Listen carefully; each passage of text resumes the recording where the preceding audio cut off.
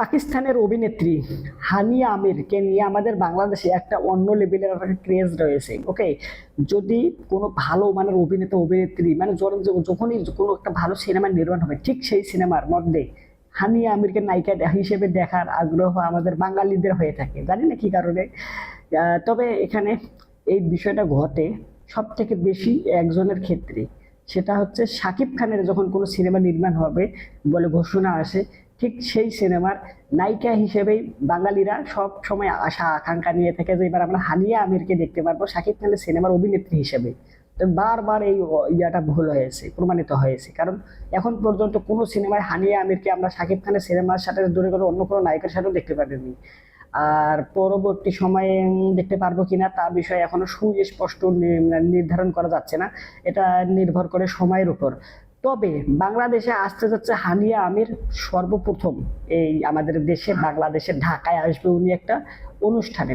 কি অনুষ্ঠান? সানসিল্ক যে শ্যাম্পু রয়েছে, ঠিক শ্যাম্পুর আর কি একটা প্রোগ্রাম বা একটা অনুষ্ঠান রয়েছে, ঠিক সেই অনুষ্ঠানের স্পন্সর দেওয়া হয়েছে তাকে এখানে আসার জন্য। ওকে, ঠিক তার প্রেক্ষাপটে উনি বাংলাদেশে ঢাকায় আসবে খুব দ্রুত। এখন শাকিব খানের কোনো সিনেমার সাথে কি তার ইয়া হবে, সাইনিং হবে বা এরকম বিষয়ে কি মতামত, এটা আমি তুলে ধরবো। উনি আসবে, ওনার একটা ব্যক্তিগত প্রোগ্রাম রয়েছে সানসিল্ক শ্যাম্পুর, ওখানে ওনাকে স্পন্সর করেছে, উনি আসবে, ও ওখানে অ্যাটেন্ড করবে, তারপর মনে করো উনি সবাই মতো আবার চলে যাবে। তবে তার যে ম্যানেজমেন্টের দায়িত্বে যারা রয়েছে, তার ম্যানেজার বলেন বা তার যে সব মেকআপ আর্টিস্ট সহ যারা যারা আসবে তাদের সাথে, ইভেন তার হানিয়া আমিরের সাথে যদি এই দেশে আমাদের দেশের কোনো মুভির পরিচালক বলেন বা হচ্ছে কোনো প্রোডাকশন হাউস বলেন, আলাপ আলোচনা করে যে আমরা একটা সিনেমা নির্মাণ করবো, ওই সিনেমার মধ্যে আপনাকে আমরা নায়িকা হিসেবে রাখতে চাই, যদি সে রাজি হয়ে থাকে, সম্মতি পোষণ করে, তাহলে আমরা পরবর্তী বাংলাদেশের কোনো সিনেমায় নায়িকা হিসেবে হানিয়া আমিরকে দেখতে পারবো। তবে এমনটা হচ্ছে কি হচ্ছে না সেটা নির্ভর করতেছে ডিরেক্টর ইভেন প্রোডাকশন হাউসের উপর। তারা যখন প্রোডাকশন, আমরা তো এমনটা বলে দিলাম আর হয়ে গেল তা তো না। দেখেন এখন ধরেন শাকিব খানের যে দুটো সিনেমার নির্মাণ শুরু হবে অল্প কিছু সময়ের মধ্যে, সেটা হচ্ছে এক হচ্ছে সোলজার, আর দুই হচ্ছে ওয়ান আপন এ টাইম ঢাকা বা প্রিন্স সিনেমাটায়।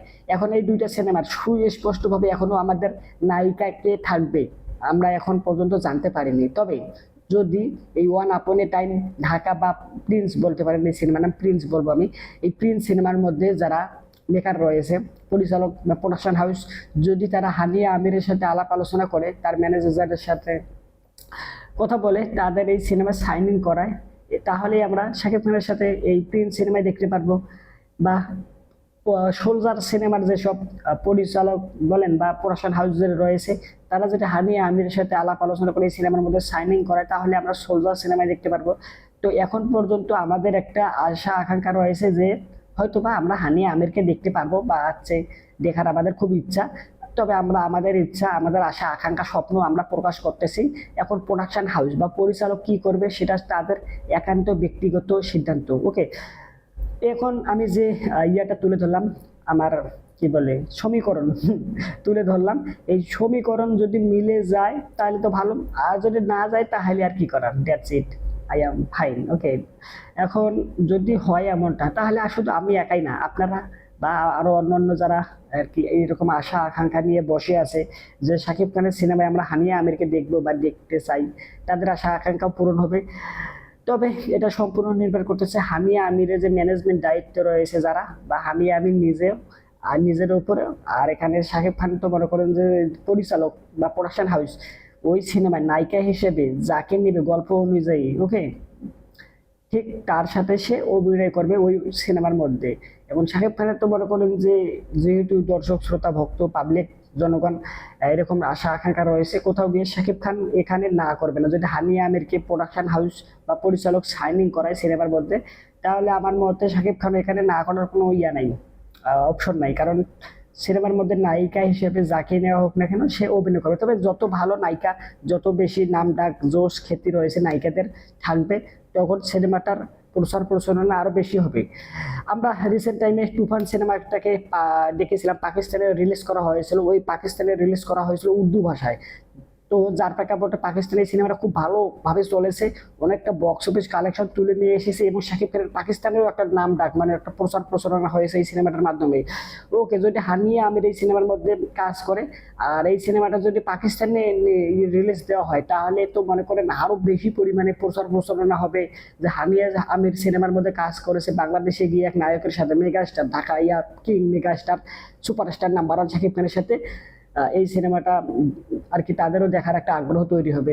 আর বর্তমান সময়ে অন্যান্য সিনেমার ক্ষেত্রে পাকিস্তানে রিলিজ করার পরে যে বক্স অফিস কালেকশন তুলে নিয়ে আসে, তার থেকে কোথাও গিয়ে বেশি কালেকশন তুলে নিয়ে আসবে বলে আমি মনে করি। তো ওভারঅল এই হচ্ছে পুরো বিষয়টা নিয়ে আমার আলাপ আলোচনা, আমার মতামত। তো আপনাদের কি মতামত অবশ্যই কমেন্ট করে জানাই। ভিডিওটাতে একটা লাইক দিয়ে, চ্যানেলটা যদি সাবস্ক্রাইব করে না থাকে তাহলে ভিডিওটা সাবস্ক্রাইব করে দিতে। ভিডিও সাবস্ক্রাইব করে কেমন, চ্যানেলটা সাবস্ক্রাইব করে না থাকলে সাবস্ক্রাইব করে দিয়েন। সম্পূর্ণ ভিডিও দেখার জন্য আপনাদেরকে জানাচ্ছি আবারও ধন্যবাদ। I hope always understand, so no talk for this subject. Thanks you very good, by.